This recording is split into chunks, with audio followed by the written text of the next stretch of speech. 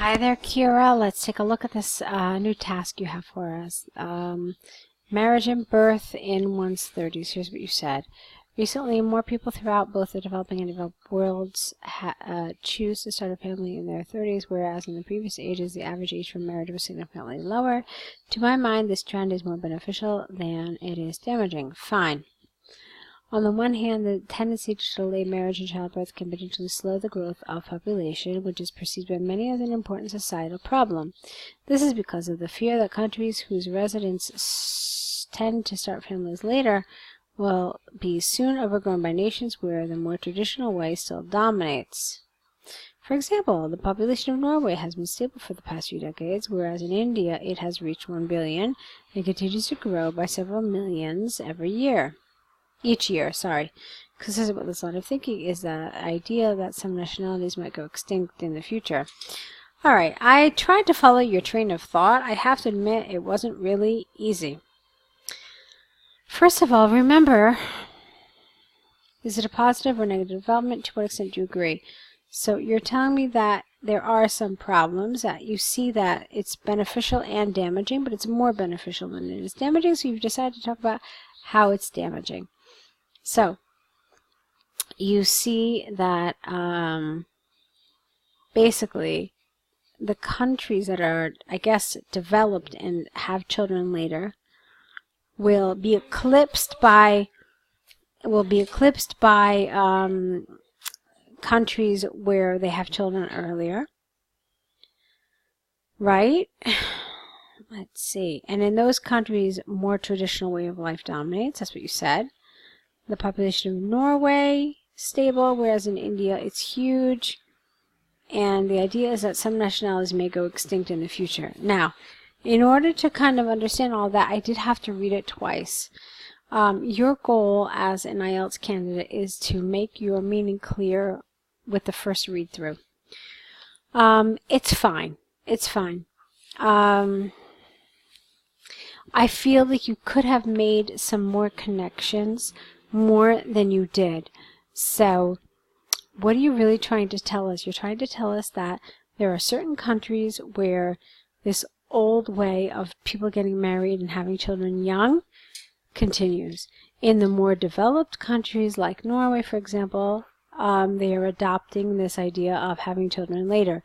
So what's going to happen is you're going to have a huge upsurge of people in developing countries and a dearth of people in these developed countries. That's going to lead to a societal imbalance, so that's a problem. So this is essentially what you were trying to say. You went about it okay, but it did take a while to get to where you are. So again, like I said, I had to read it twice and then I had to put it in my own words to kind of get to what you were saying. So the point is that your point wasn't immediately clear, and that's something you need to work on a little bit there. Let's take a look at the second paragraph.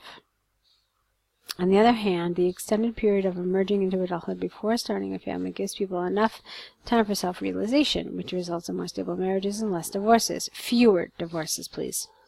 The central reason behind this is that building your career, singular, and achieving financial stability before getting married and having children. We never write the word kids in an IELTS essay because it's just too informal.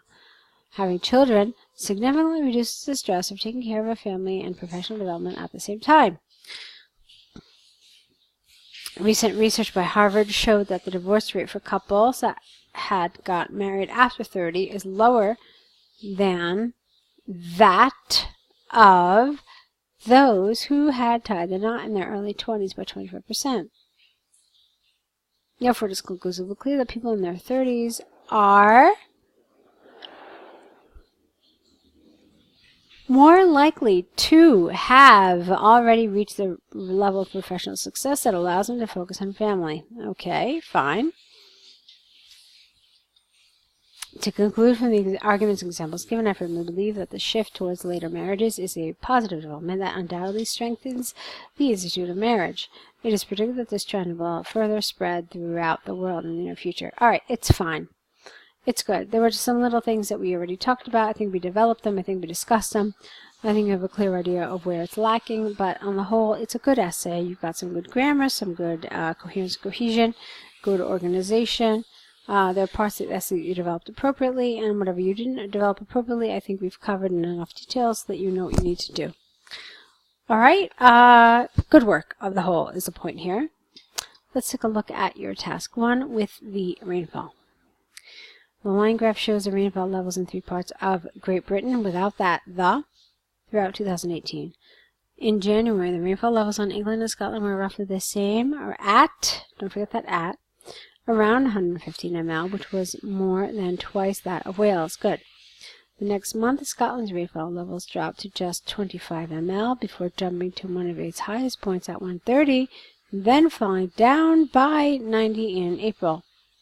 By July, it had climbed to around 110 and then decreased by 30 before rising back to 130 in October, dropping to just over 50 in November, and then taking on a rising trend.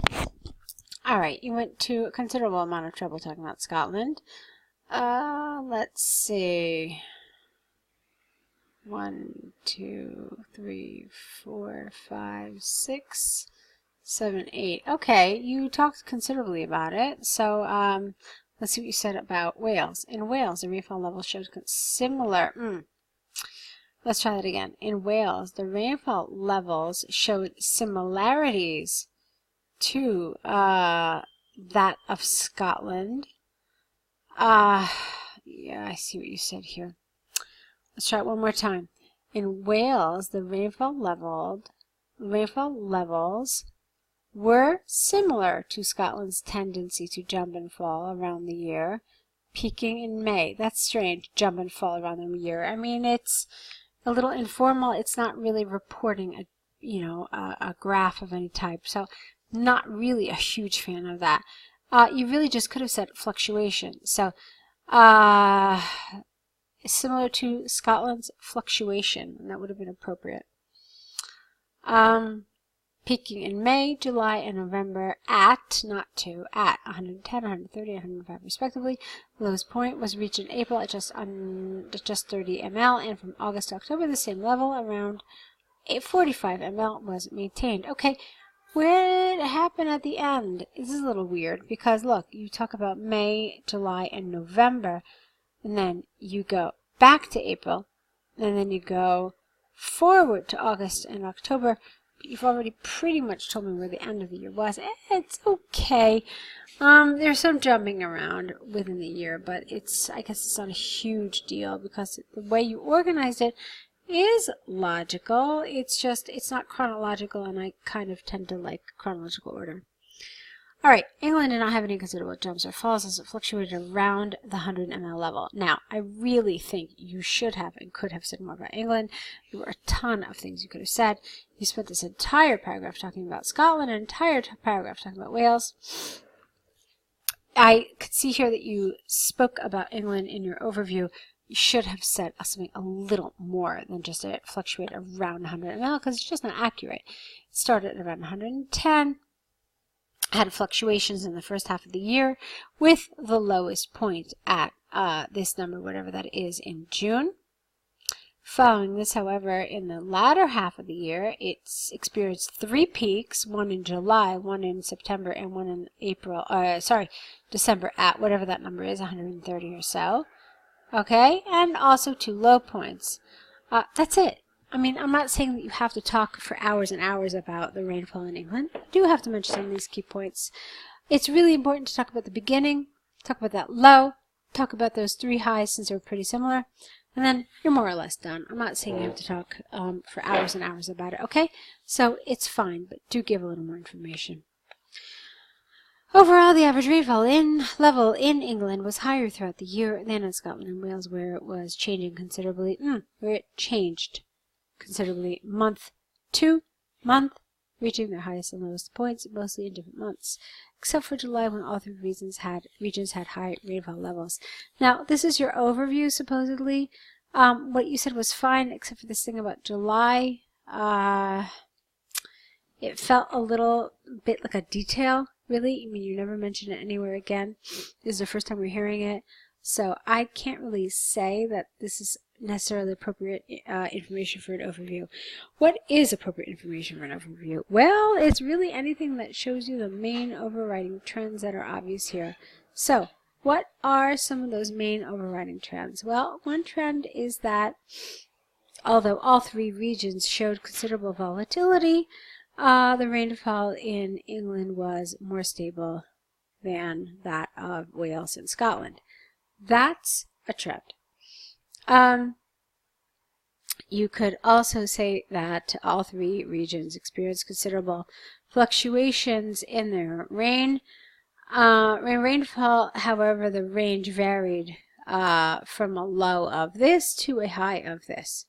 All right, it's a little data-y. All right, we try not to mention data in our overview, but you could have said the first thing that I said, and that would have been appropriate. Let's see another appropriate overview here. What could it have been?